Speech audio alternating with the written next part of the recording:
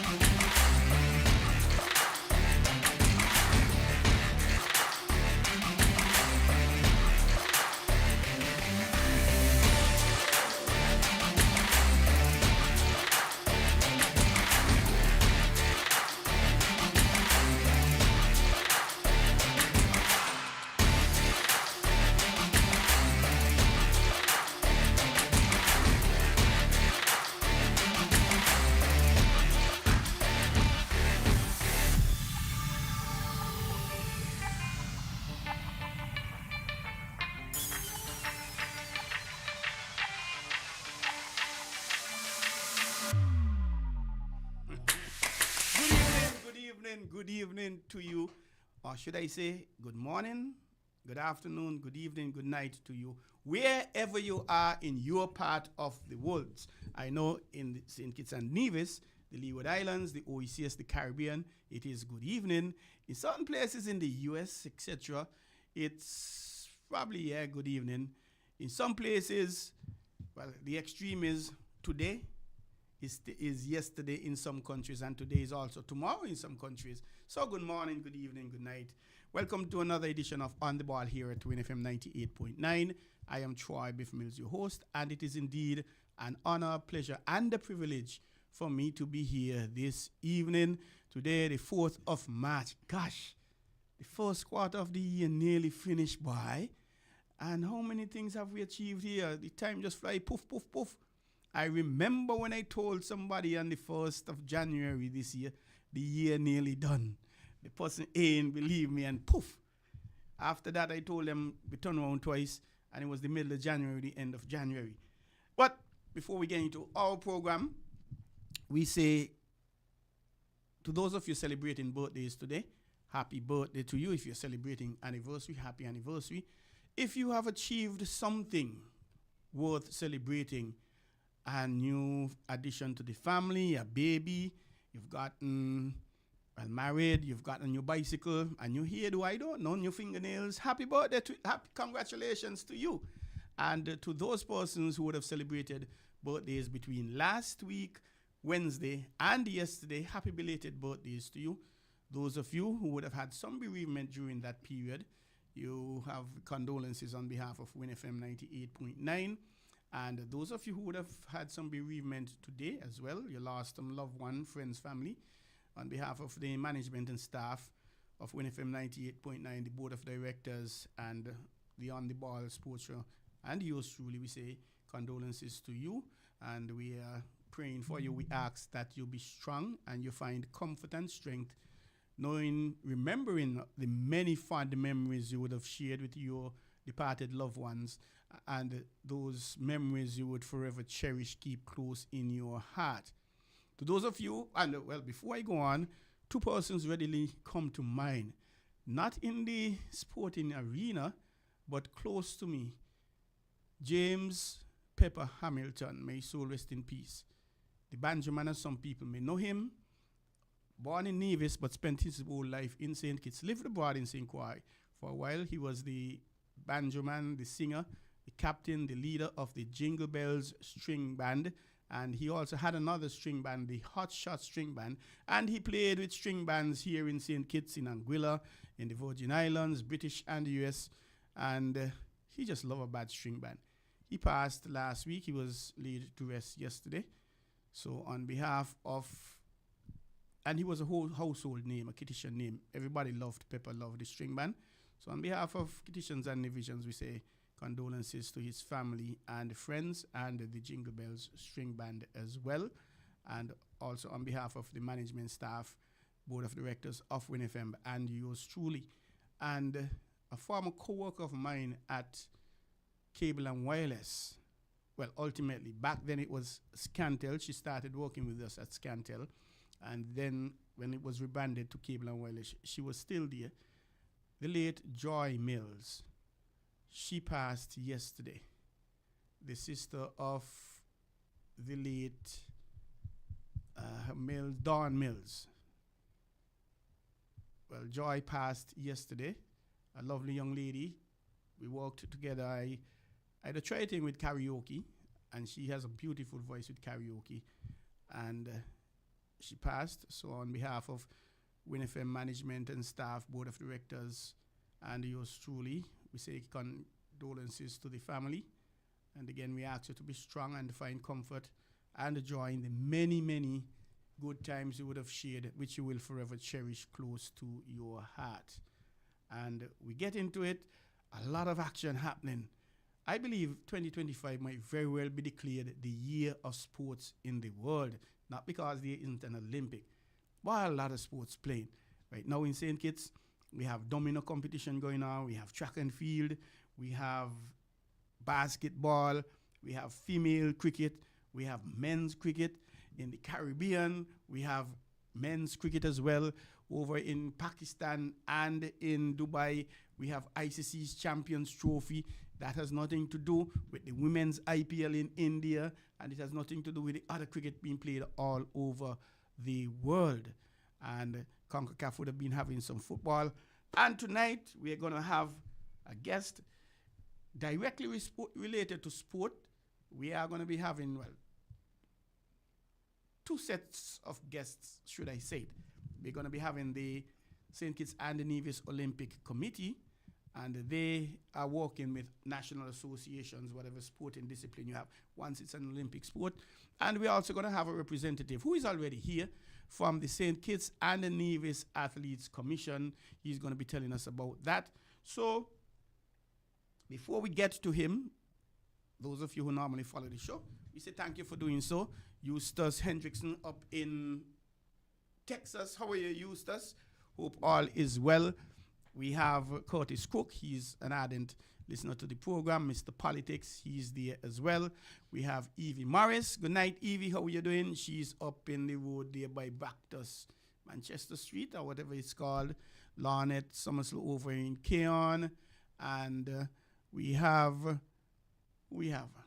I normally get in trouble when I start to call names because I forget a lot of people. But anyway, to all of you who are listening, thank you. If you're watching, remember we're being streamed live on Facebook and also on YouTube, WINN FM. So thank you very much. If you want to call in and make a contribution, 466-0989, 662-0989. Or if you're like me, you're shy, you could send me a WhatsApp, 668-2055, and I'll read it for you. And of course, the program is not yet sponsored, and we are inviting you in the corporate community to come on board and sponsor the program. We don't know any package we are willing to work with, to recommend. We'll be able to sit down and discuss it with you. If you want to sponsor the entire program for the month, that is okay. If you want to sponsor the first hour only or the second hour only, we'll find something to find some way of working it out. If you want to sponsor the first Tuesday or the last Tuesday, so be it. Anything we can do to strike that partnership, give our marketing department a call, 466-9586, or you can contact me, Troy Bif Mills, at 668-2055, and we'll be able to come up with a package for you. So let us get right into things right now. We're going to go to our guest, and we say, good evening, sir. How are you? Welcome to WINN FM 98.9. Welcome to On the Ball. Not the first time you've been here. You're not a stranger. Welcome. Tell us a little about yourself, please. Good evening, Troy. Good evening to everyone who is listening. My name is Sinclair Hodge. As Troy said, I'm no stranger to On the Ball. I'm an avid volleyball player, both for recreation and at a national level. And I'm here in the capacity of the newly formed St. Kitts Nevis Olympic Committee Athlete Commission. So we're going to talk a little bit about what that is and the benefits to all those in sports, the athletes. Put the mic a little closer. Thank you very much, Cynthia. And I've known you for quite some time playing volleyball, regular volleyball, but I think you've transitioned to beach now. So is it that you only play beach volleyball or you still play both? Well, the challenge is that the indoor version of the sport, when you look at it locally, we typically just don't have anywhere to play. So we had to adjust and transition to the beach. And I transitioned personally to the beach for a number of reasons because it's easy on the bones and the joints as you get up in age. And it is, to be honest, it's really more beneficial when it comes to a qualification path to a major tournament. And because of beach volleyball, that's one of the things that has grown my my scope with regards to sport and sport administration. So it helped me to open up and see what's available out there. And I think that is what threw me on the trajectory of being an advocate for not just the sport, but for all athletes. Because I've seen what happens to athletes on both sides of the spectrum, from a development stage to, going pro. So it piqued my interest. That's wonderful. St. Kitts and Nevis Athletes Commission. What is the Athletes Commission? Why is it important? Okay, so the St. Kitts and Nevis Olympic Athlete Commission, it had a mandate from the International Olympic Committee. So the whole idea spawned around 1981 when the International Olympic Committee decided, hey, look, we need to have the athlete at the table having representation. A lot of times we have sporting events and persons who make all the decisions, executives, people in administration, but then the focus or the focal point of any sporting event is the athlete. Mm-hmm. So where's the athlete's voice? So on this premise is where the International Olympic Committee started their athlete commission, and they mandated all of those affiliated National Olympic Committees to do the same. So it's something that's been filtering down for a while, and St. Kitts is now getting on board with that movement. And it's important, not just to the Olympic Committee, but to the athletes involved. So any athlete that's affiliated with the Olympic Committee, and on a wider scope, any athlete at all, they need to have representation. They need to have their voices heard. They need to have support. And this is what the Athlete Commission is, support. That's wonderful. So is it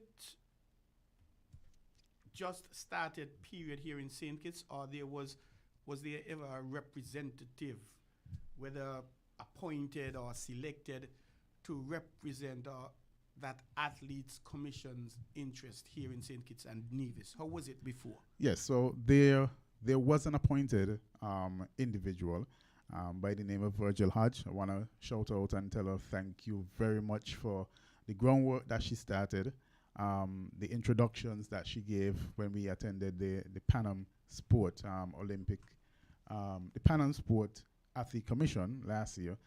She was appointed and she represented St. Kitts and Nevis in terms of the athletes. Now, one of the things you should know is that the Athlete Commission is typically for Olympians. Okay. However, there is not the same balance in every country. Some countries have Olympians, some don't, and some have active Olympians, some don't. So there is some criteria to who should be on the commission. But because of our circumstance and our situation, our size, we may not have as many active Obviously. Olympians. So Well, as many Olympians, never mind active. as others. So As others, yeah. so understanding that, we have the flexibility to shift our terms of reference to include some major games. And major games would be Commonwealth Games, Central American and Caribbean Games, Pan American Games. So we we've incorporated athletes from those games under the umbrella into the commission. Of course, we've just started, and we'll talk a little bit about what happened last weekend, and I'll talk a little bit about how it's formed and some of the criteria and what we are about. Thank you very much for briefing us. Very interesting indeed. I gather that some countries, from what you've said, they may very well be where, should I say where we are or where we were but a few weeks ago, in that they may have had an appointed, a selected athlete commission rep. Mm-hmm. I suspect in other countries there may not have been any at all. Correct. So I'm understanding that the move from the IOCs to encourage it filtered down to the different confederations, etc., until they reach down to the national levels to encourage all 200 plus countries members of the IOC to have that athletes commission. Yeah, that's exactly correct. The focus is to have every NOC to have an athletes commission, and by extension, every athlete commission of that country would then encourage their national federations to set up an athlete commission, because at a national federation level, it's not difficult, but what it does is simple representation. You identify two for balance, male or female, and you have them form their own athlete commission, and those two athletes would then represent the sporting discipline as they communicate with the NOC's athlete commission. And the whole job and purpose of the athlete commission is to hear the concerns of the national federation and give support. Now, there's a balance and sometimes a thin line on certain issues, because there's, when it comes to complaints and different things, we are not the direct line, but everything has to go through your national federation. Of course, certain things will come to the athlete commission, and as we build out and as we get more familiar with it, then we'll be able to say what are some of the things that you can bring to the commission and we'll represent you on. So what we give is basically support. And one example is when I was in Punta Cana, there was a presentation done on a sports psychologist, by a sports psychologist. And it didn't click until they started speaking. And the person was like, hey, as an athlete, when you're in training or you're in a developmental meet or anything like that, your mindset is different than if you sit on the line for the Olympics or the Pan Am Games or something like that. And of course, you know, you take it for granted that, yes, it's a higher stake, and you get jitters. But she spoke about how you deal mentally with those situations, and that really never clicked. And I don't think no one has ever coached our athletes here in St. Kitts and Nevis about what to do when you're in those circumstances or when you're approaching major games. What is your mindset like? You know, so things like this is what we would bring to the athletes of St. Kitts and Nevis. Support through workshops, through seminars, through available resources. And there's something called Athlete 365, and that's something crafted by the IOC. And as long as you're an athlete and you're over 13, you can register. And it opens you up as an athlete to a wealth of information, workshops, seminars. Some are free, some are not free, but it gives you that exposure and that chance to actually look and review at resources. Athletes 365. I like the sound of that. We are going to get into the politics of the Athletes Commission shortly, but you touched the point. Do you think we are doing enough as a country to get support in our sporting disciplines? Not just for the technical element, the coaching part of it, but the sports psychologists, the nutritionists, etc. How happy are you with what is being done? Not, I know you're volleyball based, but I'm looking at it from a national sports level. And the point that you mentioned, two things. There was a friend of mine who always said we have a tendency to teach people how to become rich, but we don't teach them what to do when they become rich. Correct. And I'm remembering a few years ago, there was an athlete from Sandy Point Primary School, winning everybody, in everything, he beating everybody. And then after a few years of dominating, even on the Rams Primary School level, this particular year, he comes to the primary school level, and there's an athlete now from another school running with him in the same heats. The athlete is first, he's second, 100 meters, 200, the same thing. So all of a sudden, he was in pain. They're asking him, he said, well, he's in pain, but they ask him, where's your pain? What's hurting you? You pull a muscle, you strain, you twist your ankle. He don't know, but he's in pain. I gathered the pain was mental now, and I figured what had happened was because he was so accustomed to winning. Yeah. This is something new now. He is not winning, though he's second, and though he's advancing to the next round. I advanced as number one, but now I'm not advancing. So he had a challenge, a serious challenge, handling that mentally. Correct. And this is where the psychological thing that you speak, the psychologists in sports coming around. Hence the question, with the scholarships we're getting from the Cubans and Taiwanese and Slovenians and wherever, and we appreciate that. And I thank those countries and those governments for helping us. But do you believe that more can be done to incorporate our sportsmen and women, or people in the different sport national arenas, to get them qualified in these different areas?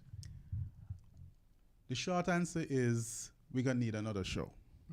Okay. But I'll tell you this.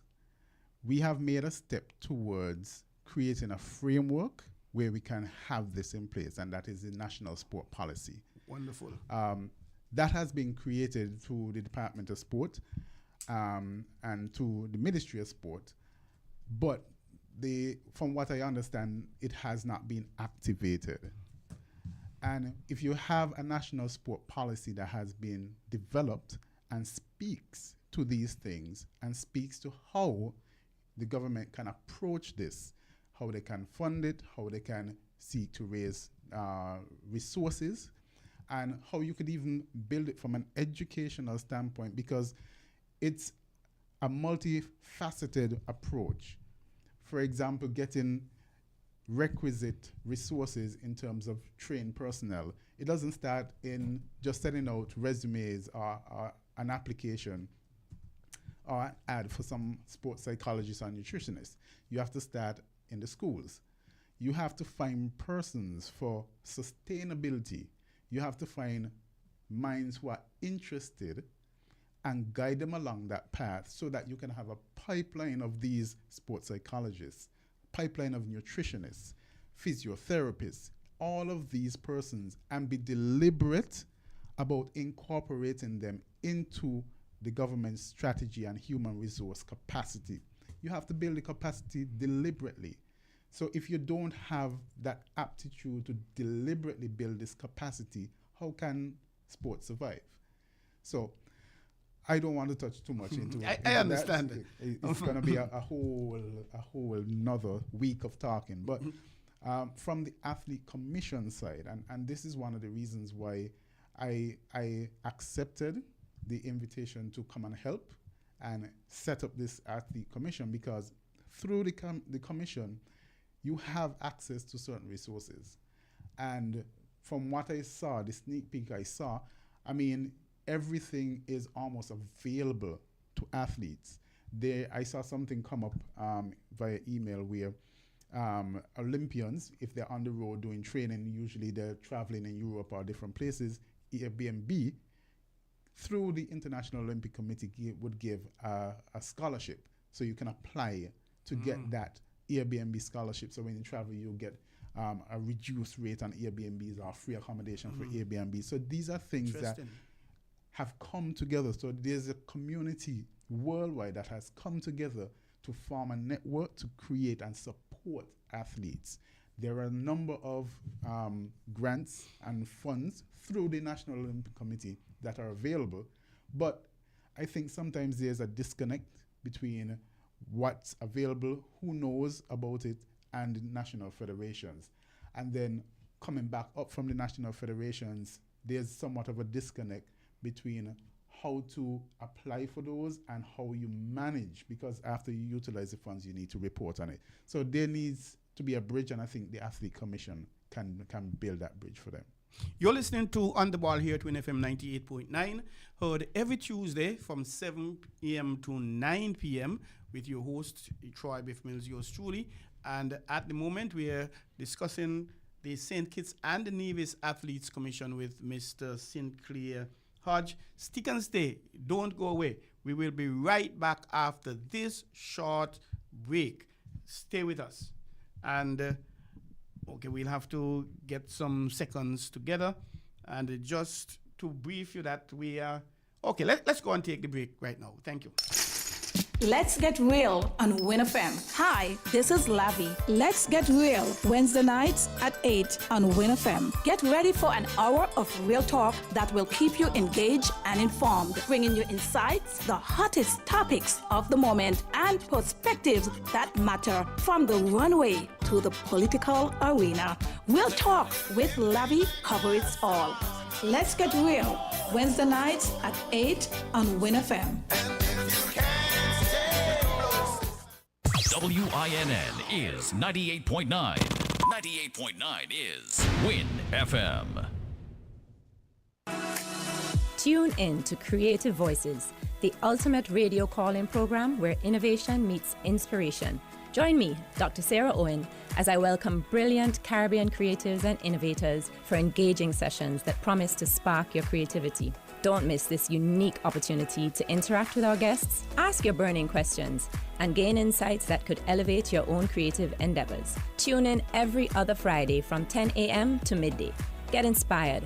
Let your voice be heard. Mark your calendars and prepare to embark on a journey of creativity and innovation with Creative Voices.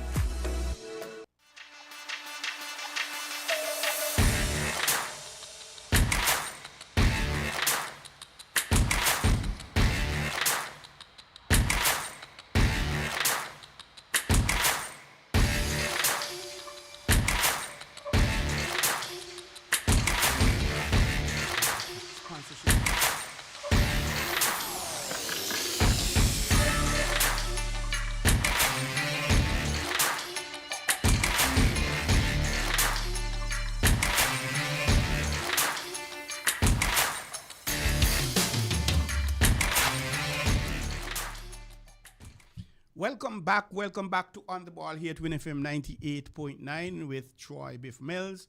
And at the moment, we have in studios live and direct Mr. Sinclair Hodge, a member of the St. Kitts and Nevis Athletes Commission. Forgive me, not athletics, Athletes Commission. And he's briefing us about it, what it's about, and we're going to get into the politics of it. He gave us a little background, but he's going to tell us a little more. We know an athlete rep was appointed in the person of Miss Virgil Hodge, an Olympian from a few years ago, and she has been replaced, or she is in the process of being replaced? She basically has been replaced as of last weekend. However, she's still very much involved. Last weekend, we held a 2-day workshop where and that's the 1st and the 2nd of March. Yes, the 1st and the 2nd of March. We held a 2-day workshop with Hazel Regis Beckles, and she is an an Olympian. She is from Grenada originally, lives out in the Texas area, and she does a lot of work with the IOC and Pan American Sport in terms of helping other NOCs set up their athlete commission. So she's in the Caribbean region making rounds. So we had our 2-day workshop with her, and the purpose of that was to set up the commission. She helped us in leadership development. She did some workshops on skill sets, building skill sets, teamwork, trust, those type of things. And she went through what the commission is about. She went through how we set up the commission and how we should actually set up the position, the executive positions. And at the end of the commission, she assisted with the voting process and the election of members. Oh, so it was a heavy thing. You guys really into the serious politics, man. It was heavy. It was heavy. So are you in a position to tell us the new executive of the St. Kitts and the Nevis Athletes Commission? I am. So the current chair, the new chair, is myself, St. Clair Hodge. The vice chair is Mrs. Janelle Lake. Our general secretary, our secretary general, is Mr. Sean C. Brooks. Our treasurer is Miss Angelisa Freeman.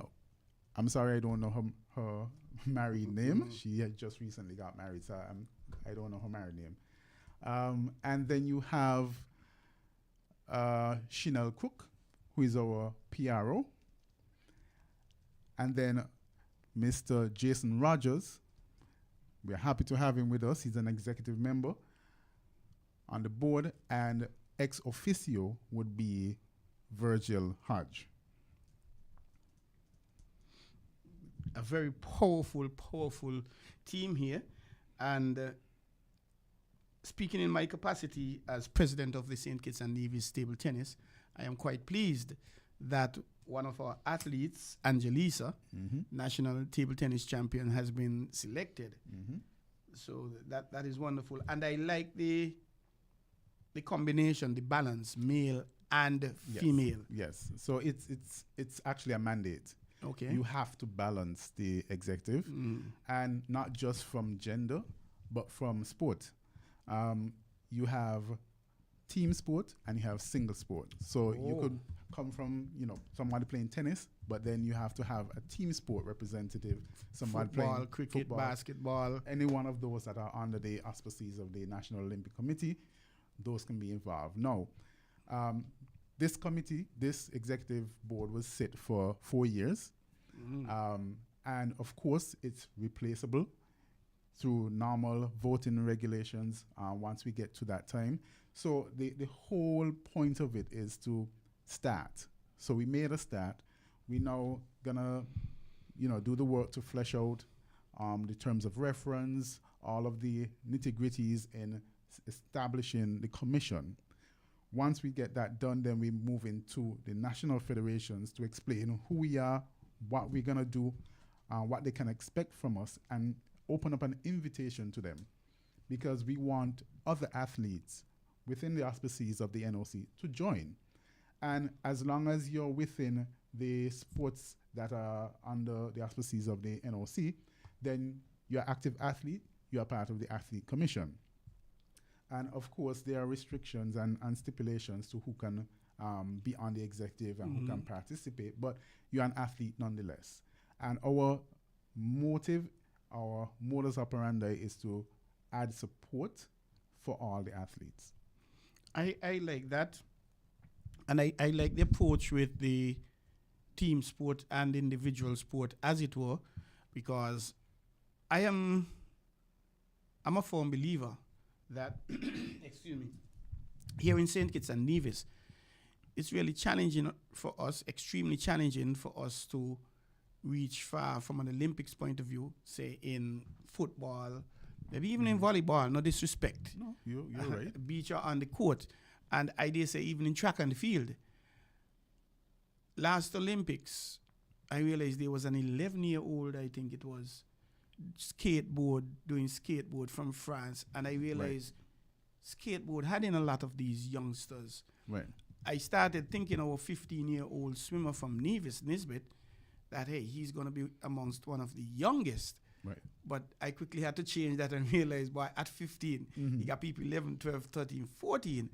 So, but for years I've been thinking that it should be possible, or we should probably start thinking seriously about individual sports, shooting, archery, and that sort of stuff. And this is years. So now that I started skateboarding, I saying, "By maybe that's something that we could introduce here in St. Kitts and Nevis." And Troy, I think that's within the realm of the St. Kitts National Olympic Committee. I think they understand this. One of the things that's missing, and as an athlete and a sport administrator, I get to see both sides. And one of the things that's missing, not just in St. Kitts and Nevis, but in the wider Caribbean and some other places, is that pathway. There is not a deliberate pathway for sport. And when I talk about a pathway, again, I revert again to the sport policy. The sport policy can help us to create that pathway. You're looking at a program that leads you from primary school, developing that mobile skills and getting you acquainted with various sports.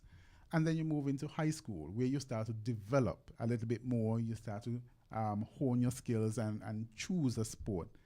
And then you go at, the CFBC level. When you're graduated from high school, then you start to train for a national team. What happens next? How do we support them? Do they get a little stipend, to train for the national team? And then you make the national team. What happens next?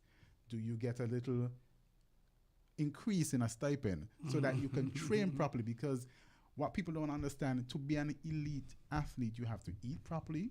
You have to go work out in the gym. You have to have these services rendered to you, but you don't have the finances and the support to do that. So we have to be deliberate about how we deliver our sporting product, because it's a product.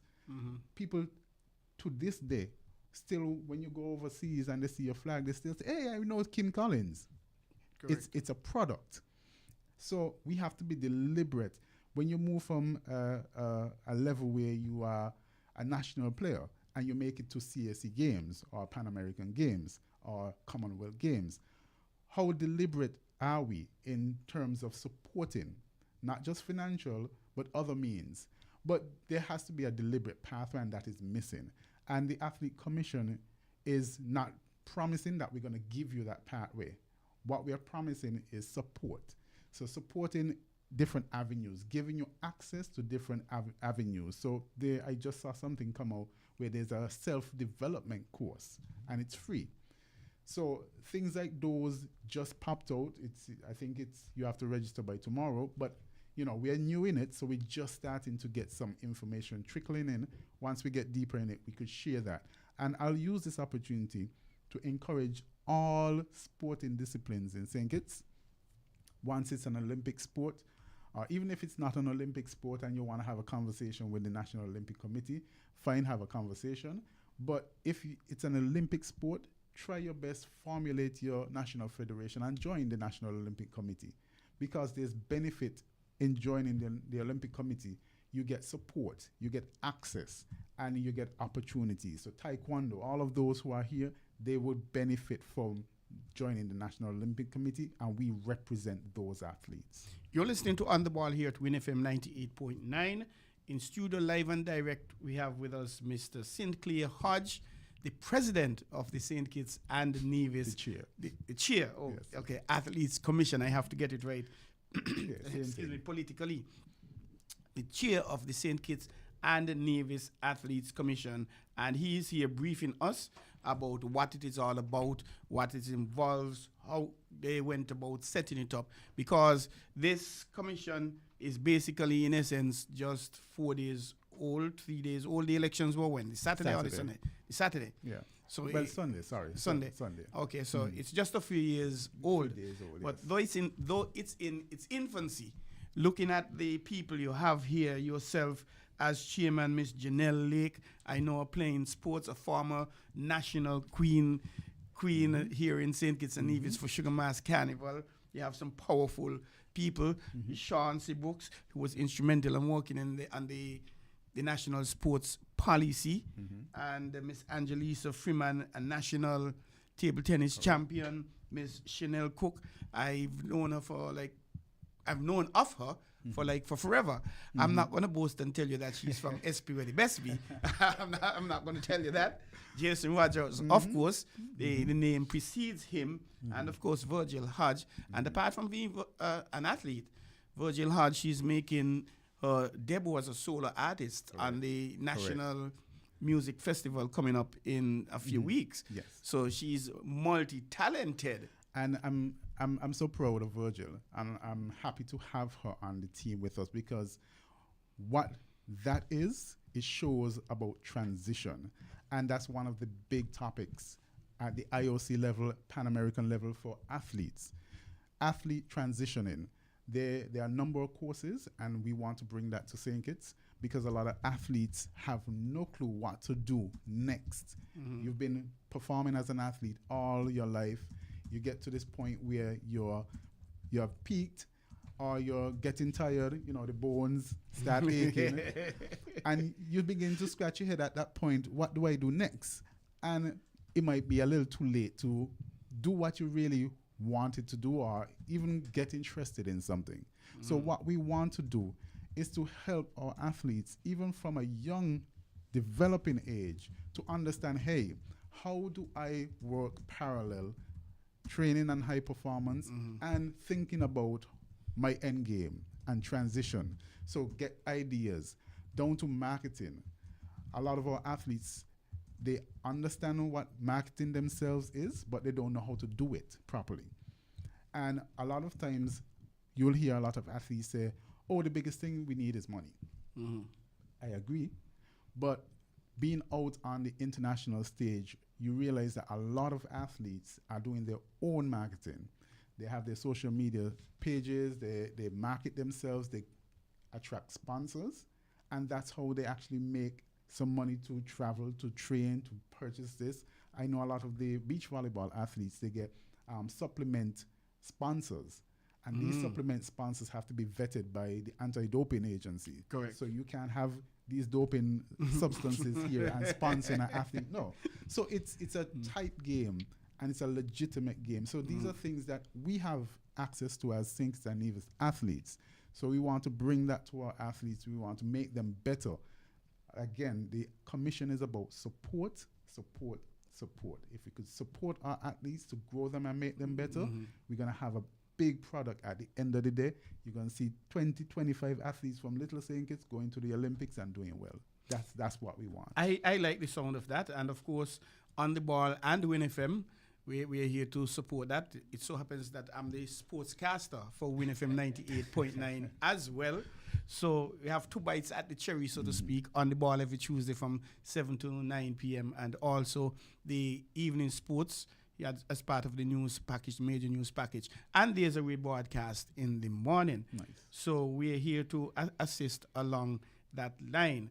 And we welcome in studios off camera at the moment, who will be joining Mr. Glenn Jeffers, the Secretary General of the St. Kitts and the Nevis Olympic Committee. And we thank you very much, sir, for being here with us. And obviously, in Sinclair would have done a wonderful job telling us about the Athletes Commission, the formation, the little journey before, especially. So, and how it ties in with the SKNOC, because it's a collaborative effort. And would I be correct in saying, so to speak, that the SKNOC is like, I don't want to use your boss, but the overseeing entity? They are the umbrella. They are Okay. the umbrella. So the Athlete Commission is just a subcommittee, if you want to call it, of the NOC. So we are actually, as a matter of fact, it's stipulated that the chair sit as a member of the NOC. Oh, the chair, okay. So the chair, myself, would sit with the members of the NOC on the executive board, so that that would be incorporated into that. So it shows not just a talk but a commitment. And that is wonderful. And Virgil has been a member, sitting member of the executive of the SKNOC. And I like that idea because it allows the free flow and the timely flow of information to the SKNOC from whatever challenges, whatever recommendations and suggestions that the athletes themselves will be having. And we're talking about there are like 12 members of the St. Kitts and Nevis Olympic Committee. Correct. And these are, of course, Olympic sports. And that can go anytime. Where the Olympic Committee start bringing on sports. So I do thank you, Sinclair. I don't know if you have any final words to mention about you, anything we didn't cover. Well, like I say, I just wanted to encourage all the national federations to support us. We'll be reaching out to the national federations to explain who we are, what we do, what kind of support we can give. And we want you to jump on board and support us because we are here to support you. And when I say we are the Athletes Commission, the Athlete Commission is there for the whole entourage. They call it an entourage. The entourage is not just the athlete, but the coaches, the physiotherapists, the psychologists. So all of the supporting casts for the athletes, that's who we are here for. That's who we are here to try and support. So as we build out our capacities, as we build out our activities, we just ask, when we come on board, when you see us, approach us. We're going to be there to help and guide you guys. I appreciate that, Sinclair. Thank you very much for being here with us. And anyone having questions, concern, how can they reach the St. Kitts and Nevis Athletes Commission? Well, for now, you reach out to the SKNOC Secretariat, and they can direct you to us until we've finalized our setup and we get our own email, etc., and get our foot on the ground. You can reach out to the Secretariat because, as you said, those are our umbrella. That's our umbrella. That's where we live, and we are a subcommittee of them. So reach out to the Secretariat, and they'll get to us. We thank you very much for being here with us, Sinclair, and it was really educational, getting down into the nitty-gritties, a little bit about the past and a little bit of what it took to get where we are and where we are going to be. You're going to be in office for the next 4 years, and I suspect 4 years will fly like poof. Yeah. Let's not once ago when a year seemed so long to finish. And on behalf of On The Ball, WINN FM 98.9, and myself, I congratulate you as the chair of the St. Kitts and Nevis Athletes Commission. And I also congratulate all the other members on being elected. And I wish you well. We are always here for you. Dissemination of any sporting information. I'm just a WhatsApp away. I'm just a telephone away. I'm just an email away. And you can liaise with me directly. And you could also go to the SKNOC if accordingly. Congratulations again, and the best wishes to you. Thanks, Biff.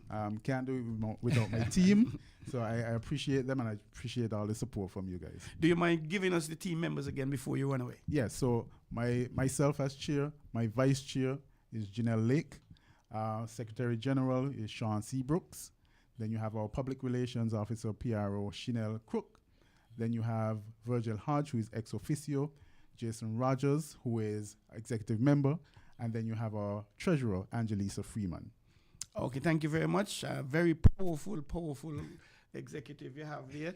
And we wish you all the best and looking forward to hearing from you. And of course, we'll be inviting you in time and time to give us an update on what is happening. Most definitely. Thanks, Biff. Yeah, thank you very much, sir. All right, cool. You've been listening to an interview with Mr. Sinclair Hodge, the chairman of the St. Kitts and Nevis Athletes Commission. Athletes Commission. I keep saying athletics. Athletes Commission, and we congratulate him and his other committee members, and we wish them best on the hard work they are going to be doing. We're going to take a short break, and we'll be right back with On The Ball here at WINN FM 98.9, and our next guest is in studio with us. So stick and stay. Don't go away. And remember, you can call 466-0989 or 662-0989, and you can also send me a WhatsApp 668-2055. Stick and stay. Don't go away.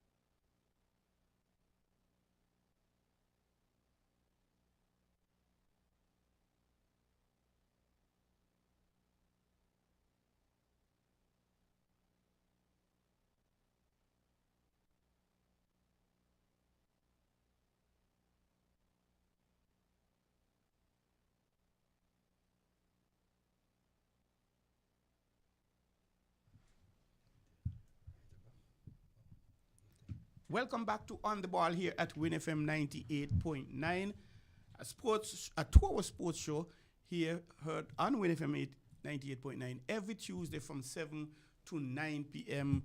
where we not only give you information, results, and stats, we invite guests, national associations, personalities, the man on the street, to give their view on what is happening around, make recommendations, dissecting and analyzing situations. And we have had the St. Kitts and the newly formed St. Kitts and Nevis Athletes Commission, the president with us, the chairman, Mr. Sinclair Hodge, and we have now the umbrella organization, so to speak, the St. Kitts and the Nevis Olympic Committee. No stranger to WINN FM 98.9, and no stranger to WINN FM 98.9. He is not Mr. Glenn Jeffers, the Secretary General of the St. Kitts and the Nevis Olympic Committee. And we say, very good evening to you, Glenn. Welcome to 98.9. Welcome to On the Ball once again. Good evening, Mr. Mills, and good evening to you listening.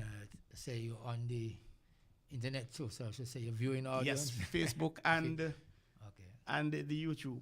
and the YouTube. Indeed. Indeed. It's wow. It's almost the end of the first quarter. You were here with us sometime last year. Yes, that's correct. Yeah. And time really flies. As you said, 4 years ago coming soon. Exactly. The last time you were here, I don't think the SKNOC would have had the elections as yet.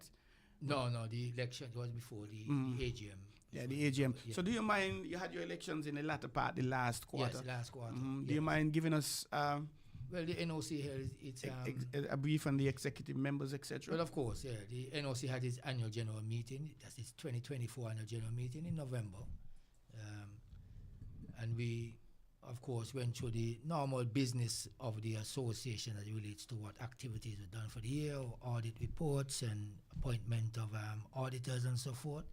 But we also had the elections of the executive. And, of course, elected was Mr. Dennis Knight, Mrs. Jennifer Nero. Dennis as the... Yeah, Dennis Freddie Knight, as the president. Yeah. And Jennifer Nero, our vice president. And then you had myself, then you have Glenn Quinlan, the treasurer, Mr. Leroy Green, the assistant secretary general. And, of course, the members, the other executive members, which include yourself, yours truly, Troy Mills, you have Jamie Claxton, Miss Brenda Allen, and of course Mr. Lester Hanley. So that was only really 9 members, but we should have 10 because the election of the athletes rep that was postponed until the actual formation of a St. Kitts and Nevis Olympic Committee Athletes Commission. And you heard a good amount of it from... Of course, yes. The chairperson of the commission, Mr. Sinclair Hodge, and the rest of his team. So, coming out to the meeting, you yourself would have heard, but just for the listening audience, that the president did outline some things that we need to have done in this year. And one of them, of course, was athletes representative. And to see how we could help the athletes, not only in the field of play, but talking about their career, their development and their career and so on, outside the field of play. And now we have a commission who can focus on that aspect of the Olympic business. We can able to put more attention in other areas. Because the president did also speak about, we improving our reporting and efficiencies for the office secretariat. And of course, that we were also building at the time in the construction phase. That's the museum, which has now been completed in terms of construction phase of it. And we hope to have it operationalized by June, where we have our Olympic Day activities. So we could bring it in the fall, whereby we can have our Olympic Day activities, which is around the 22nd of June, maybe the second to last Sunday in June. So mark that down. I think the Saturday, the 21st, and then you have we normally start it from the Sunday. So you know Olympic week of activities, maybe leading right leading right into that, so to speak. So the week probably before that, leading into it. So maybe from the 15th, leading into that 21st, 22nd. So now we have, with our museum coming in, we can have that dovetailing the activities, whereby we can have, exhibits and a whole other kind of educational activities we can do with now having a museum. Because this was another thing the president had spoken about in that meeting about promoting Olympism and that kind of thing. And this was a good tool in our view in getting it done. Would the museum be accessible? Would there be a charge to enter it? And would there be the opening hours? What would be the opening hours of the museum? Yes, all that would be factored in, because you got to make some little money, you cannot just sustain, it may not break even in the early stages, but we hope to, when cruise ships, see if we could get in on the part of a tour. Okay. A number of persons have visited the office when they come on tours. Those who tend to do the walking around town, and they do stop by the office. I came across a few of them a number of times. So if we can also see if we can fit ourselves in that, in the tourism aspect, and that could be some kind of sports tourism from our view. Of course. Let people know that we had athletes who competed in the highest level, especially Olympics, and they can actually see pictures of them, or they might be able to see video clippings of them, etc. It's important that we get that message out to people who visiting our island, not only who are on island, but also who visiting. That's excellent. I like the idea, and it brings them in close contact with, especially our world champion, Kim Collins. Yes. And things like that. And the first Olympians who went exactly back in 1996, man. 96 in Atlanta. So things like that we can hope to showcase. Of course, the museum will be changing its look inside, depending on what theme we're trying to promote for a particular period of time. Okay, that's wonderful. I like the idea. Congratulations to you and the executive for that idea and actually having it come through to fruition at the moment. And because one thing I believe that we don't do good in perhaps the Caribbean, especially St. Kitts and Nevis, is documenting and putting it out there so people could know, especially a lot of the young athletes. Some may not know Kim Collins. Sinclair made the point that in some countries, when they see the flag, oh, you're from Kim Collins' country. Right. Or where you say, when they ask where you're from, St. Kitts and Nevis, oh, yes, Kim Collins and Kim Collins. And that is worldwide, really. Of so course. It is a good thing. Yeah. But getting it... Just to add some more to that, this was a long-term dream of former president, Mr. Alfonso Bridgewater. It's just that the funds was not there at the time to complete the building with the museum, everything. So we went to different phases. We were dealt with the administrative part of it and the conference room, etc.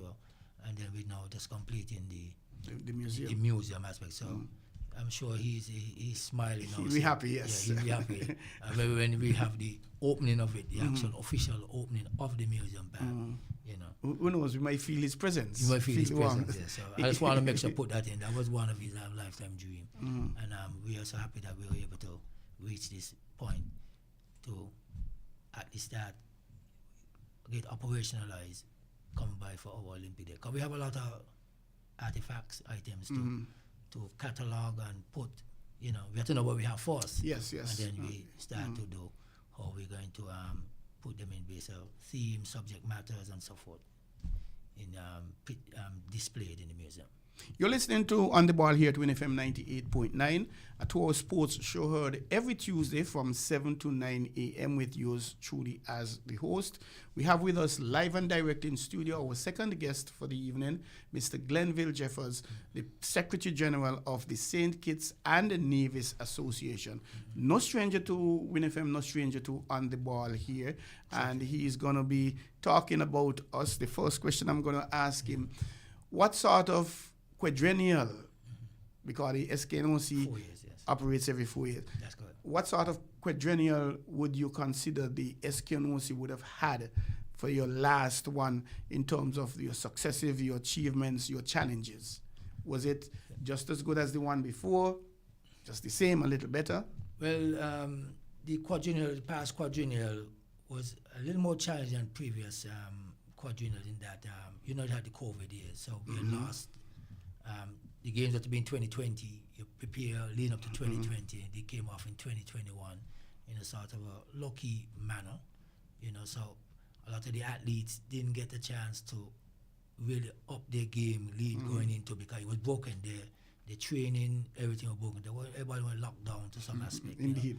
And some of the bigger countries, they were able to still do their thing while we in the smaller country who did not. But all in all, I can still say that from the NOC standpoint, in terms of medaling and so forth, yes, we didn't do that. But we were able to achieve a number of things over the quadrennial in that we want to wind the number of sports, or the number of sports that we participated in games. And for the most part, we had 2-3 sports competing in multi-sports game. In past years, tend to be only one sometimes. I might get 2, but this time we no more having about 3, because we had the beach volleyball came on stream in terms of the CAC games, the Pan Am games. Then you had the tennis, athletics, of course. So we had 3 sports straddling along, as opposed to one in past years. Track and field. Yeah, we were able to win our bronze medal at the Pan Am Games in Chile with Mr. Bunting, Nadal Bunting. So yes, he didn't make it to the Olympics, but he was carrying us through. As I said, he was in the semi-finals at the Commonwealth Games, right? That's 2022. He was also in the 2023 CAC Games finals in both the 1 and the 2. Okay. And of course, he was in the 20-meter finals at the Pan Am Games, where he won that bronze medal. So they said there were some successes at the continental level, but we did not have any going into the Olympics. We never had any qualifiers, but our 2 athletes were successful in going to the second round. In Mr. Harris and Zaria Allers.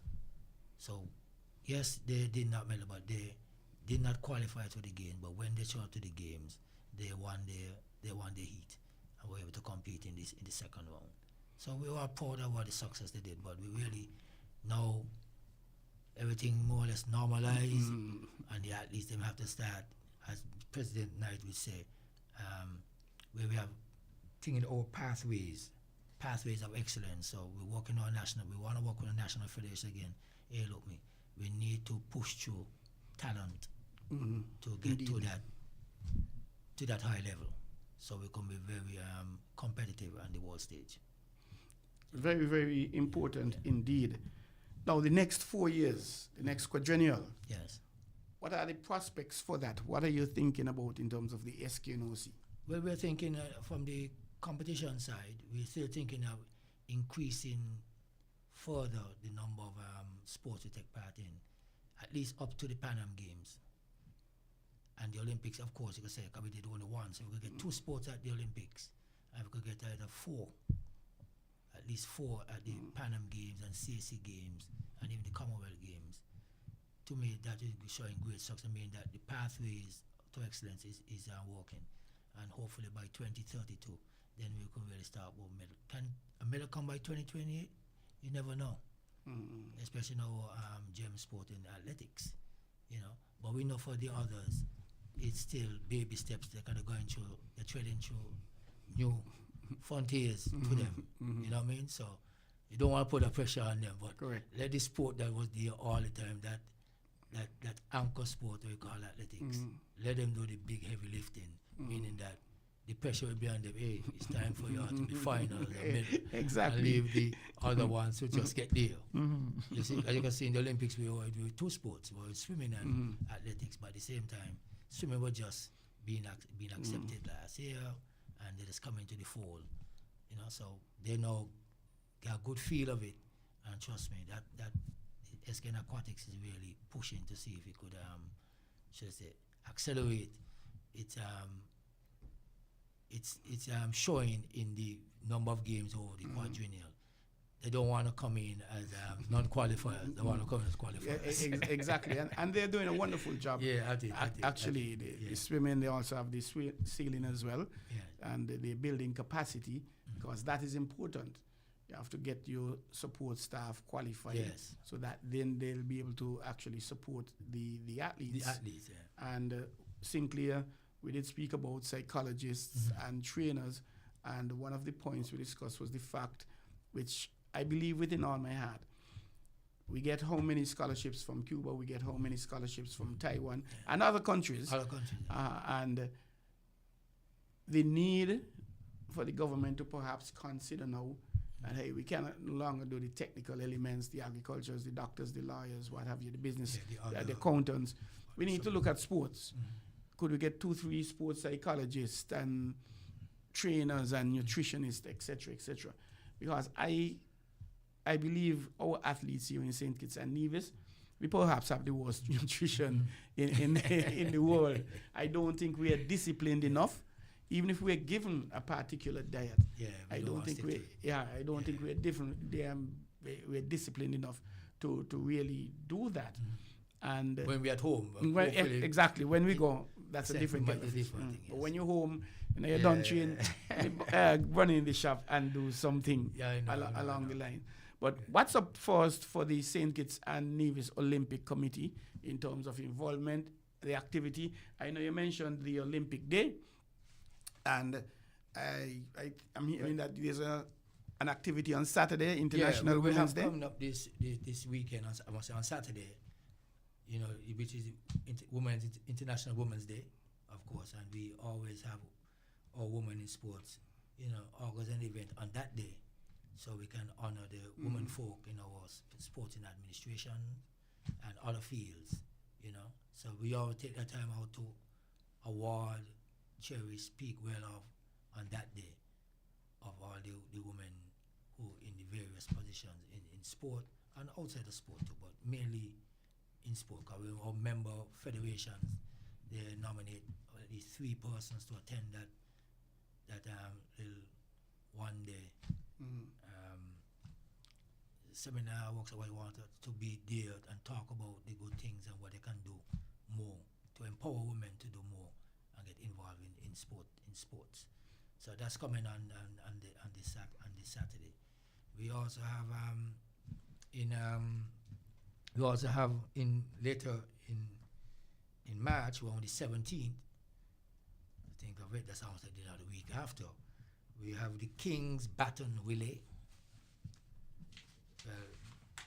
People might have heard that over the years as the Queen Baton Relay, but since Queen Elizabeth had passed and King Charles is, a king is in charge now, right? So the name has changed from Queen to King. But it's the same concept in terms of whereby it's commemorate the start, to start, so to speak, of the Commonwealth Games, which is going to be held in Glasgow in 2026. So the baton should be here for its activities in St. Kitts on the 17th of March to the 22nd. So that's coming up, so 17th to the 26th of March. 17th to the 22nd, Okay. But the games is in 2026. 26, yeah. Yeah, obviously, in Glasgow. These batons have to go, in a sense, all around the world. Yeah, but the good thing about it this time, they said that the baton is not moving around. Each country will have its own baton. Oh, okay. So you have to hold it. So you'll be decorating your own baton to your own culture and whatever. And the baton stays with you. And of course, when it stays with us, it can be a good feature in our music. Find yourself in the museum, indeed. So it's very timely that that they made this shift or this change, and it's all again about environment and so on. So the baton will stay here, and then the next leg will be I think.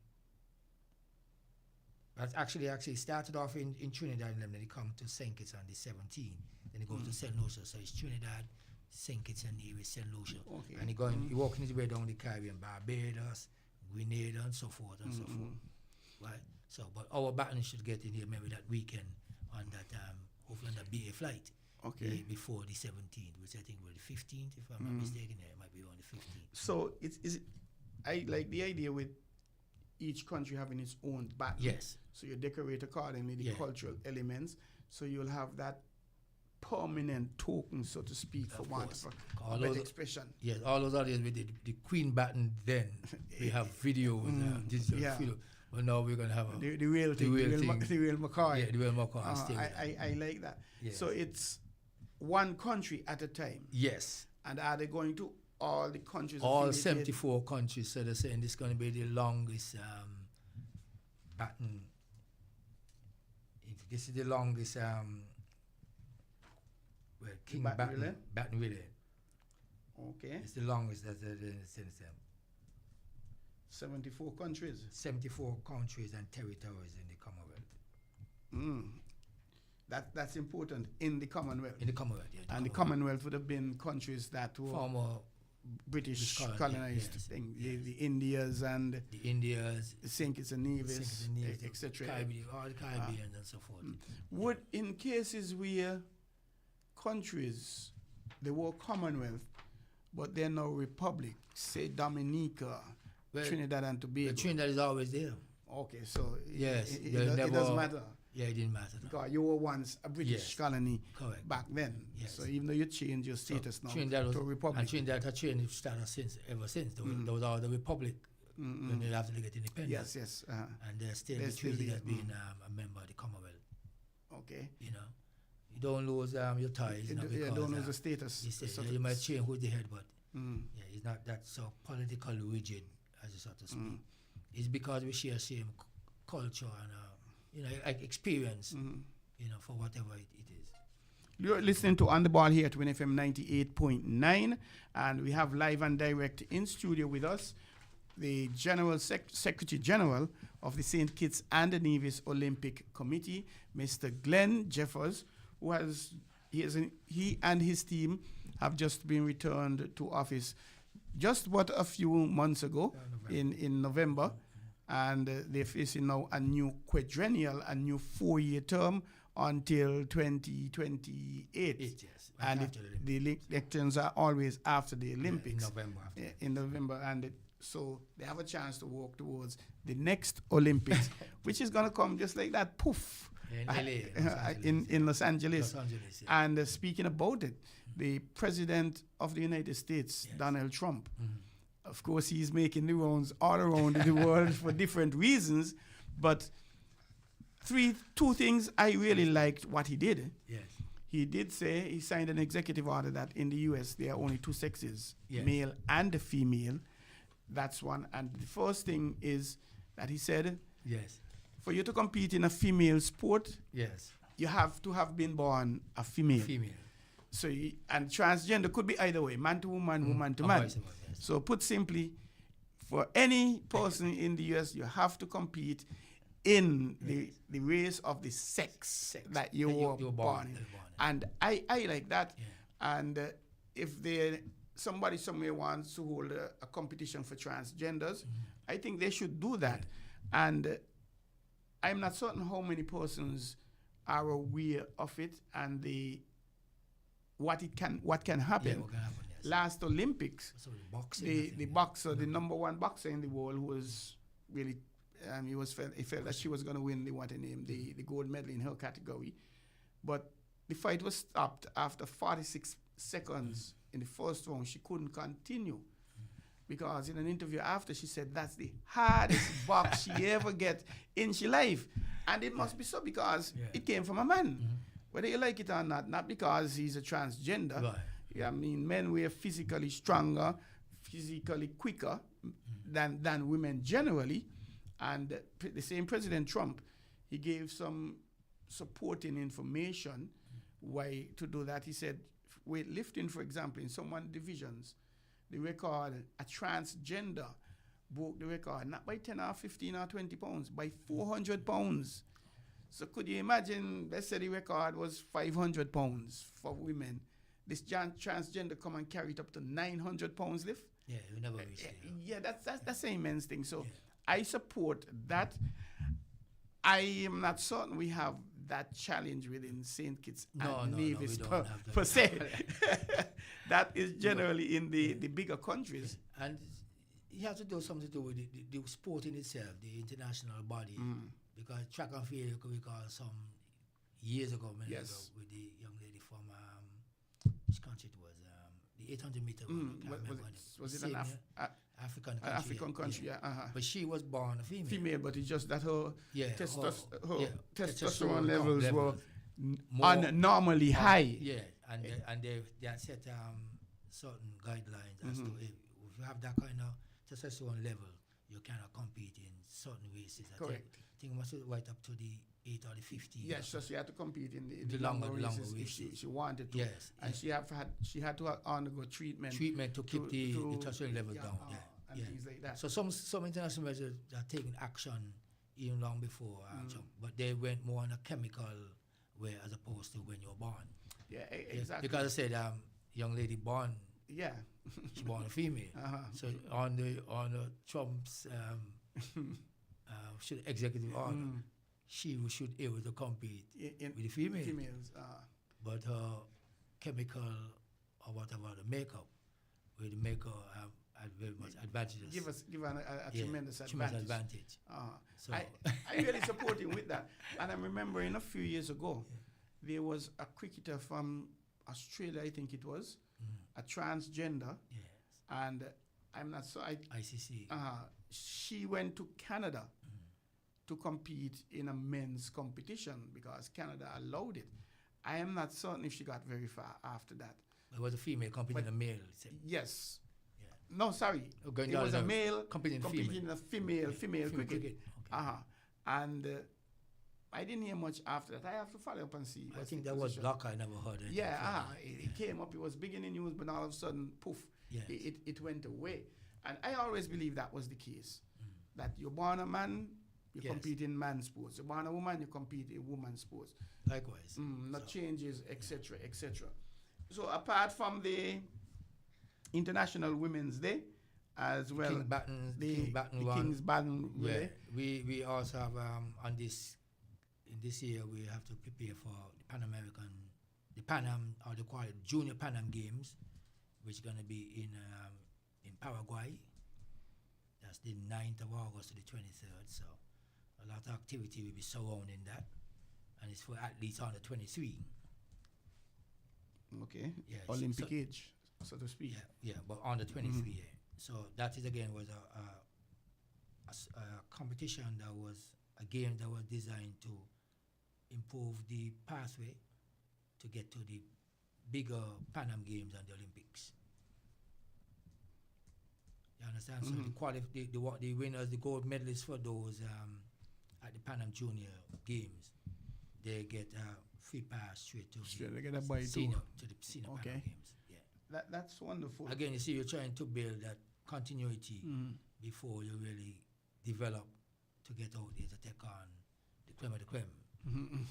Big boys, them there with experience waiting for you, you know what I mean? So that's one of the hope with us in the Americas to always do better when it comes to the Olympic game. By, you don't wait till 4 years to prepare. It's all part if you're the 16th and coming down, going through until you really got the confidence and you could take on those bigger events. That is really wonderful. The opportunities. So we have that kind of thing, and of course we're still preparing for next year's CAC Games, Central American and Caribbean Games, which is going to be in Santo Domingo, Dominican Republic, right? So we have those games next year, and we have the Commonwealth Games next year, as I mentioned, in Glasgow. So and that's on the senior side, So it's going to be a real hectic. That the first couple of years is where you're building that base. So you can get excel well for 26 and 27 before you really see the bigger the big in 28.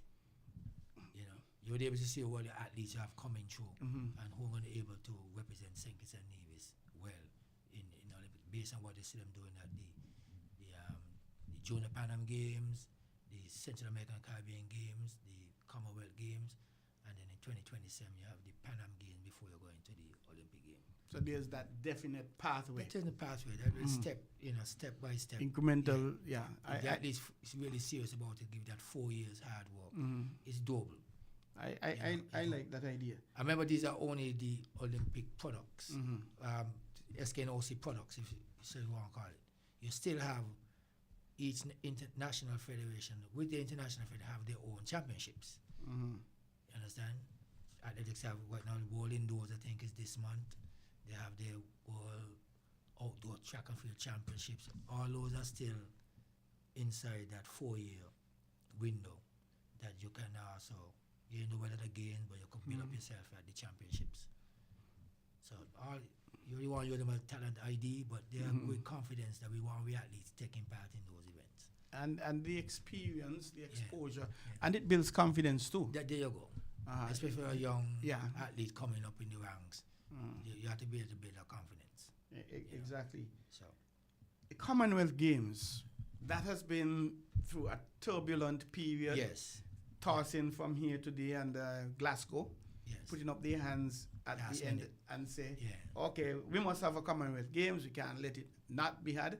So we're going to do it. However, we can't do it at the magnitude and the scale. They reduced the significantly the number of sports. If I'm not missing, about 9, I think was from 9, 17, 9, 10. It was, and it was up to 17 in that. But it's a short window they had to prepare because the games are really destined to be held in which country was it? I think it was to be in Australia. I think it was down there, yes. Yeah, I think it was to be in Australia, Manchester, if I'm not mistaken. I think it would have been in Manchester. No, we call it, but the famous cricket is in Australia. Perth, Sydney, No, man. Melbourne. Melbourne. It was to be in Melbourne. Yeah. I think it was Melbourne you should have been in. And they said they couldn't really Yes, they host couldn't it. host it at the time. And so therefore going around, and it's a good thing because Glasgow put up their hands. It's a tough thing with the cutting back, but to me that makes a lot of sense. Yeah, you have to have the game. Table tennis, I think that is one of the sports that will not make the cards. And there was some. They talk about beach volleyball too. 'Cause beach volleyball made its debut in 2018 in the Gold Coast, and then it was there again in 2022 in England. In for the name of the city in England again. Birmingham. Birmingham. But it did not make the cut this time around for the for Glasgow. For Glasgow. And I know there was some discussion about table tennis because table tennis, it has been dear to them, the Europeans and things like that. Yeah. And it was a tough thing, but the question is, do you don't have any Commonwealth or do you have Commonwealth yes. with whatever the games, whatever criteria they used to select those games? And of course, the sports maybe where it's more popular, where you can don't have to do much facilities.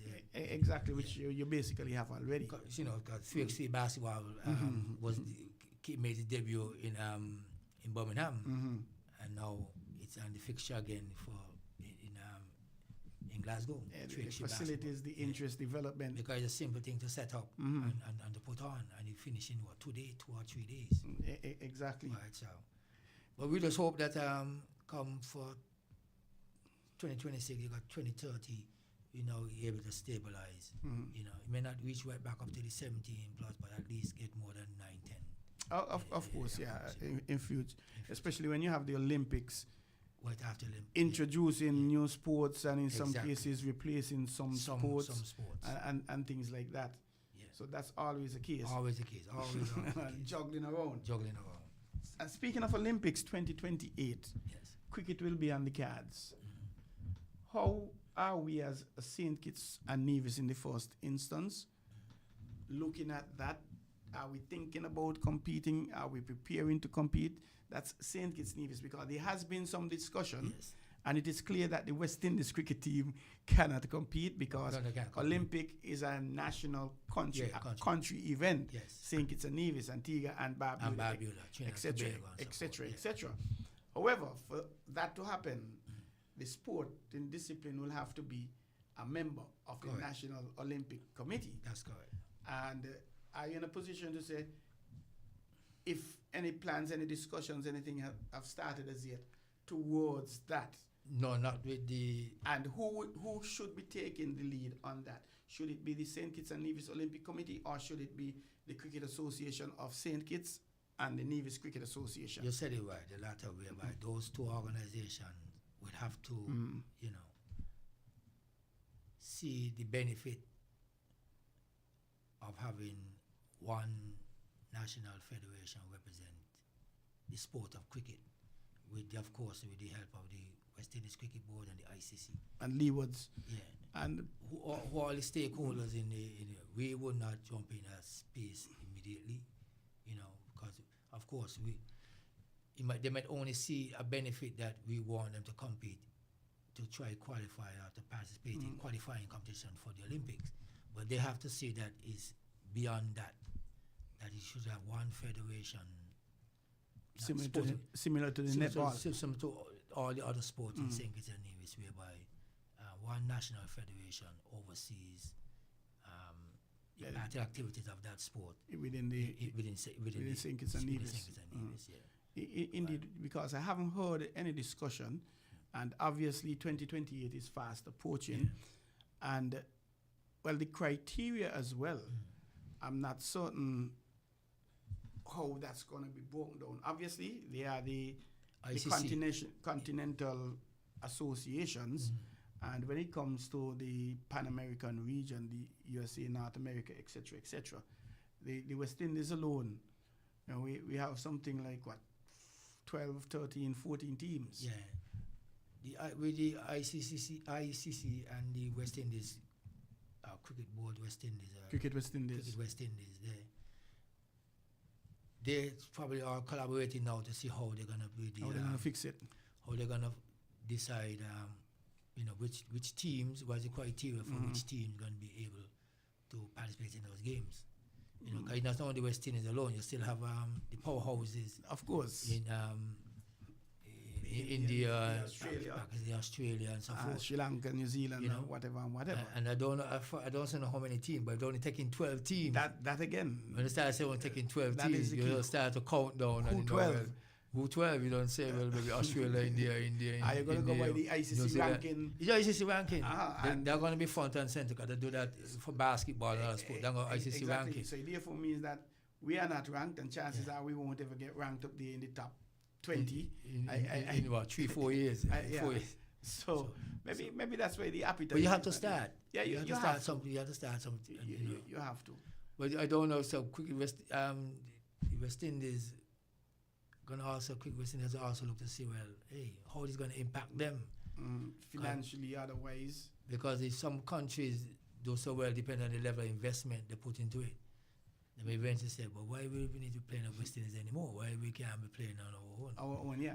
There was that argument a few years ago with Antigua. Yeah, when they had power, when they had a lot yes, of that depth of players then. But no. Barbados played in the Commonwealth a few years ago. So there'll always be that argument. And I'm not so certain separated we could be as strong as when we united. But you could bet you're sure that a team or two from the West Indies surely gonna make it. You understand? A big one or two. Yeah. I suspect something like that. Yeah, a team from this side. Because only USA and they're the home, so they're in automatically. Already, exactly. They're in automatically. You know. And especially with the making the entrance into the World Cup and how they're going on and things like that. So there will be the appetite to push for So them. it's interesting to see them. what will be the qualifying competitions to get in. But I know, of course, ranking gonna count. Of course. Ranking gonna always count. ICC gonna jump. 'Cause this is at the highest level, so therefore they want to make sure the best teams them get in. You know, so. And there's a talk. I heard a talk about a CPL tournament. Right now, the CPL is being played, but they have franchises. St. Kitts and Nevis Patriots. Yeah, it's Nobody from St. Kitts and nobody, Nevis. However, I heard about a CPL local model or whatever it is, where if say, as a qualifier for that as well. But St. Kitts and Nevis will have to compete with as only St. Kitts and Nevis, nationals, with our nationals, etc., etc., and Antigua, etc. So no franchising. No franchising. No franchising. Yes. So no franchising. No. It won't be no label on you're on your own. You're on your own. No, I think that's good. I like that idea. Yeah. If it's going to materialize, I'm not too certain. When it's going to happen, I'm not too certain. But like you said, the ISC will set the qualifying period. And when the teams will have to be identified, whenever. I'm not certain. Yeah, because each continent will surely going to have representation. Exactly. You know what I mean? That's how they normally, even though they look by ranking, they still have where each continent area of whether in the Americas, whether it's over, I say in the Asian, Africa, and so forth. The thing about it is Australia is a continent.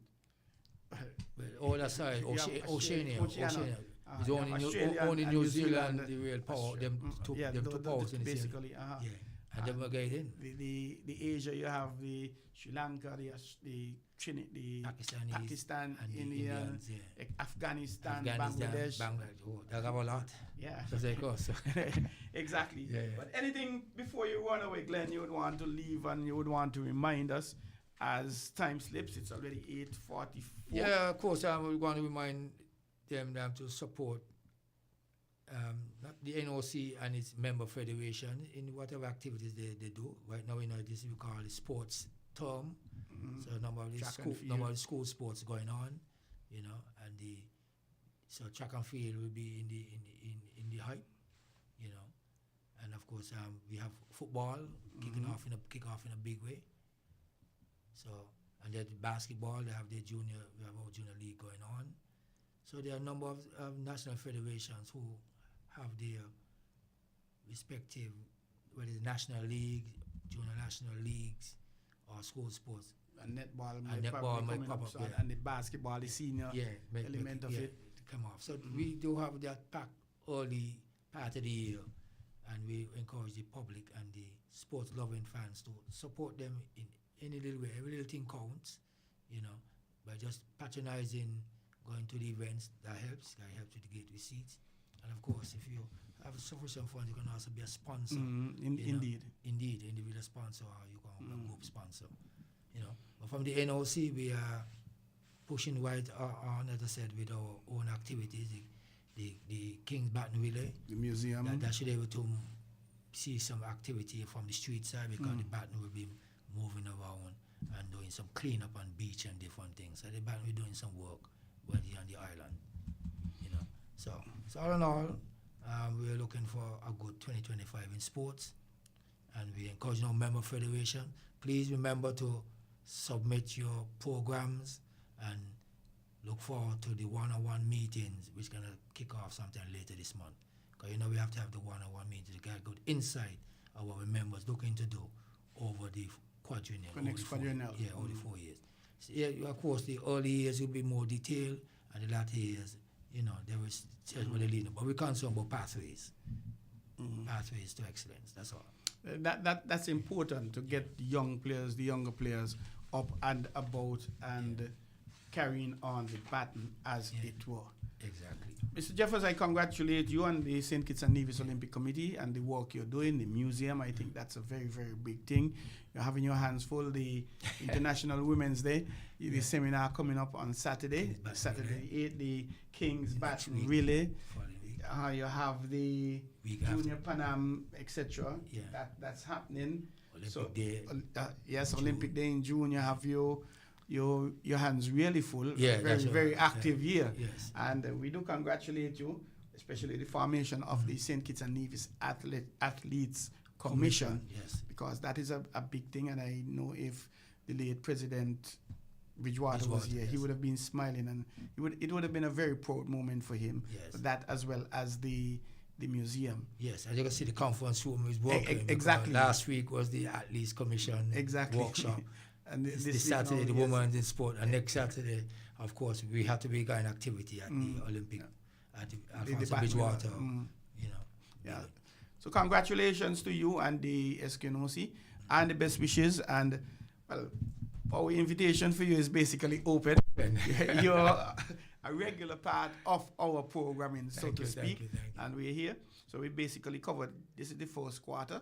Sometime during the second quarter, hopefully, we'll have you in to give any further insights and in your developments. Especially with games preparation. Exactly. For the Junior Panam Games, especially. Exactly. So congratulations and the best wishes to you and the St. Kitts and Nevis Olympic Committee. Thank you, Mr. Mills. Thank you very much. You've been listening to an interview with the Secretary General of the St. Kitts and the Nevis Olympic Committee, Mr. Glenn Jeffers, no stranger to WINN FM 98.9, no stranger to On the Ball, briefing us about the activities on the the horizon. Happening Saturday 8th, International Women's Day. They are having a seminar a few days after that, the 17th to the 22nd, the King's Baton Relay. Last year it would have been, or whenever the last time, it would have been the Queen, but she has since passed, and the King run things now. So it will be the King's Baton Relay, the longest one. Some 74 countries will be taking place. And the St. Kitts and Nevis, we are early up in the chain. We are like second. Second to Trinidad and Tobago. Yes. And from here it goes on to St. Lucia. So I'm encouraging everyone to come on out. Just look at it, be on the sidewalk, make it a spectacle. Make wherever, when they see the support of Kittitians and Nevisians, they say, hey, next time around, we have to make St. Kitts and Nevis the number one stop, the first stop before we get anything. And the Junior Pan Am Games, that's happening to the 9th to the 23rd of August in Ascension, Paraguay. I think it is. And we wish all the athletes all the best. And the new executive for the St. Kitts and Nevis Athletes Commission, we congratulate you and wishing you all the best, as well. And again, we thank Mr. Jeffers for being with us. And we have just but a few more minutes. Boy, time flies when you're having fun. And what's happening? A lot of things happening. We have football, the St. Kitts and Nevis Football Association. They are continuing their league. And the defending champions, if you were to ask me about the top story in football, I would say the defending champions, SL Horsford's St. Paul's United, and they are also the President's Cup champions. They defeated Montreal Farms, Clean Right, Old Road United Gents, the FA Cup champions, 2-0 for the season opener way back in February. I say way back, but just the other day. But they got a really long 1-0 from Ramsville Superstars. Kimari Rogers, he put a bulge in the old onion bag in the 5th minute, 4 minutes something. And they let that 1-0 soak. He soaked for 85 plus minutes. At the end of the 90 minutes, that was the end of that. And if I had to pick something of interest from the first division, I would say 607 Constructions, Lodge Patriots, they got in a really rough time. They took on an 8-0 from Deep Bay on Wednesday the 26th. And now they take on a 7-0 from Skellig Garden Hotspurs yesterday, Monday. That's 15-0 in 2 games. And they can't even find the back of the net once. So to me, those would be the 2 big games. But if we look quickly at the fixtures, actually tonight, Tuesday, there is a double header. I tried getting the scores. I'm unable to do that, please, at the moment. However, we'll have them for you subsequently. And in the doubleheader tonight, Honda Newtown United, they have been relegated from the Premier Division. The first time is in 30, 40, 50 years or thereabout. And they were the last team who went up to the Premier to have not stayed up there. So the last team who went up and come up, so to speak. All others had gone up and come down before. They were up there, but now they're down. They took on Connery Fireballs at 6 p.m. at Warner Park. And currently, Unicoma, the Cable Village Galaxy, they're taking on Transglobal Engineering, the Eagles. And the Unicoma, the Cable, those are the sponsors. Village Galaxy, that's the name of the football team. But the name of the club, the overall entity is Trafalgar South Stars, in case you will be wondering. On Sunday night, Molyneux will be coming up against, that is Trevor Freight's Molyneux Pitbull. They will be coming up against 607 607 Construction Lodge Patriots, who really got a lot of constructing to do. They have to construct passes, they have to construct strong defenses, they have to construct pathways to get the ball in the back of the net. And then if we look at the premiere on Friday, the 7th at 8 p.m., Rams Village Superstars will be locking horns with Azul Keon Rockets. Saturday 8th, SL Horsford's St. Paul's United will be taking on Jones Group Sandy Point, not having a good time in the premiere as well. They've lost their 2 matches, a 6-0 and a 2-1.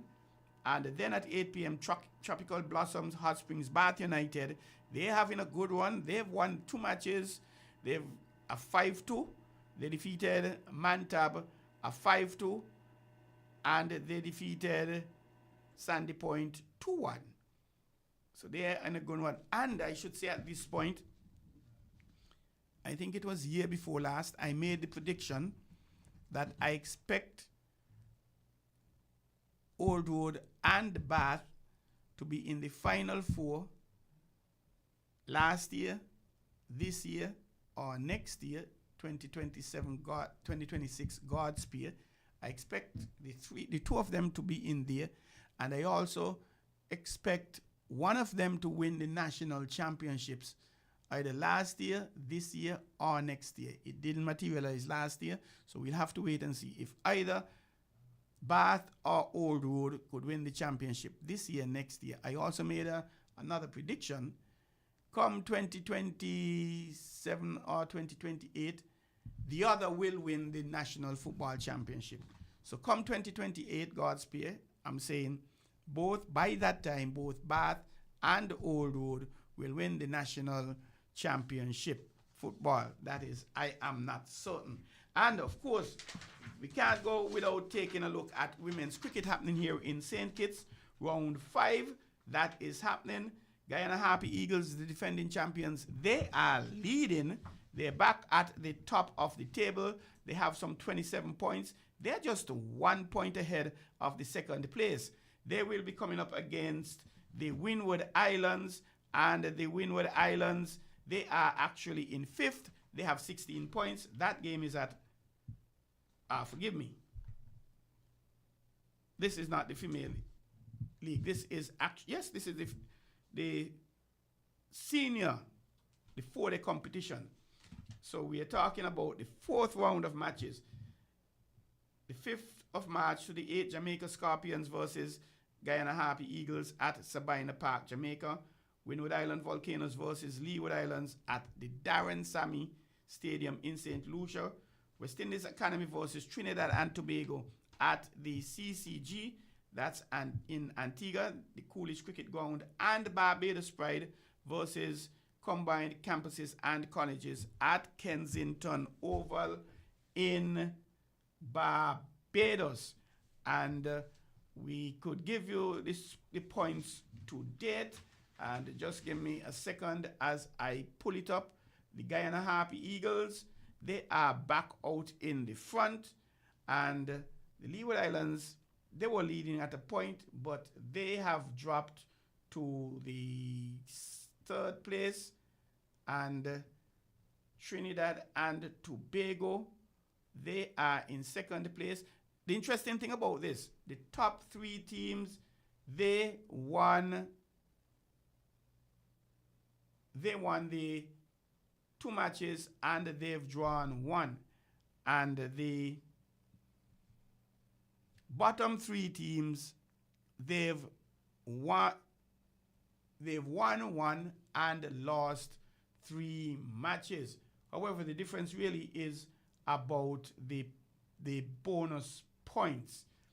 So in terms of the female cricket here in St. Kitts, the Leeward Islands women, they're coming up against the Jamaican women at Warner Park in Bastille, while the Guyanese and the Windward Islands, they will battle it out at Connery Sports Complex. And the Barbados women, they were leading the championship. The first 3 rounds, they won their matches, but they lost their last game. They will be coming up against Trinidad and Tobago at the St. Paul's Community Center. So we are inviting everyone to go on out and support the women's cricket. Go on out and support cricket on a whole, support the females. Show them that you want to be a part of them. You love the idea that cricket is happening here. We cannot go without touching Sports Day, because this is the Sports Day period, the climax of Sports Day. It's all happening. Today, Tuesday 4th, the St. James's Primary School, they had their Sports Day at the school's field. Tomorrow, Wednesday 5th March, the St. Thomas's Primary School, they will have their Sports Day at 1 p.m. at the Nevis Athletic Stadium. Come Thursday, the 6th of March, Cecil Brown Integrated School will be having their Sports Day at 1 p.m. at the Nevis Athletic Stadium. Friday, 7th, there'll be two. Violet O. Jeffers Nichols Primary, they will be having theirs at 12:30 p.m. at the school's field, while Nevis International Secondary, they will have theirs at the Bath playing field. And here in St. Kitts, on Thursday, the 6th of March, two sports days happening. Cotton Thomas Comprehensive School, that will be happening at the Molyneux playing field, and at the Newtown playing field, Thursday, 6th March, George Moody Primary School will be having their sports day.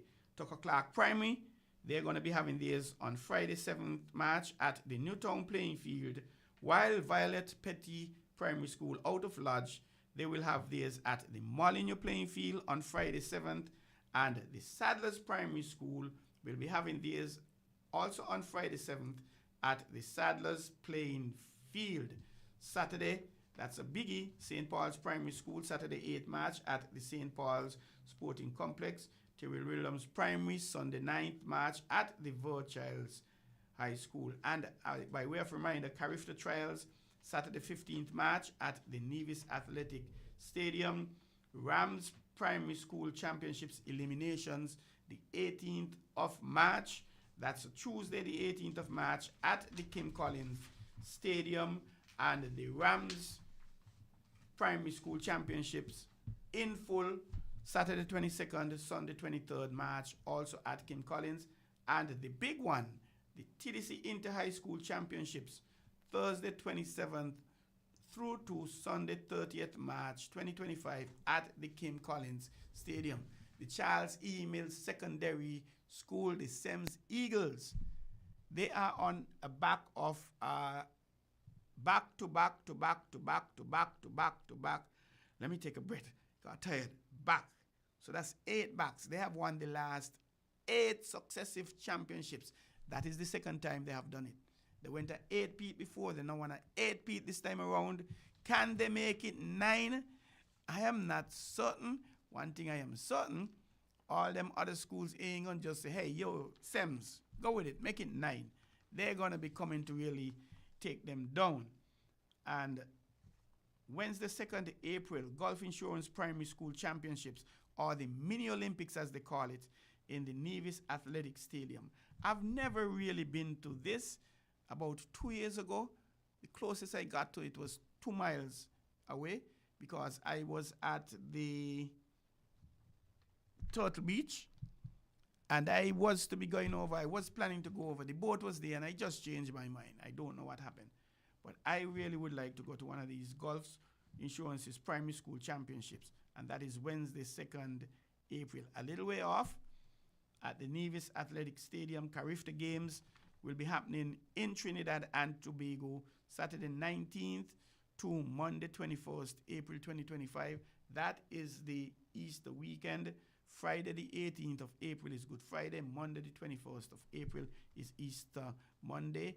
And the final thing on the calendar so far, the St. Kitts departments, the sports department, St. Kitts and Nevis Primary School Challenge on Sunday 4th May at the Kim Collins Stadium. And I think right now in Trinidad and Tobago, everybody winding up and going on bad. It's last lap, because come midnight tonight, tomorrow, Wednesday the 5th, is Ash Wednesday. Everything wipe off and You go back to being holiest than thou. And I'm a Catholic, and I haven't been to Mass with the ash for some time. I'll probably try to do it. I think they're doing it tomorrow midday. There's a 6 o'clock version, or there used to be, I don't know. But I'll probably try and go for the midday one if it is on still. As we slip away now, we thank you for listening to On the Ball here at WINN FM 98.9.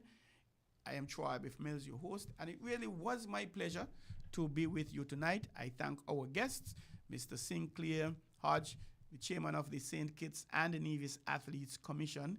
Congratulations to him and his executive newly elected as on Saturday 1st March.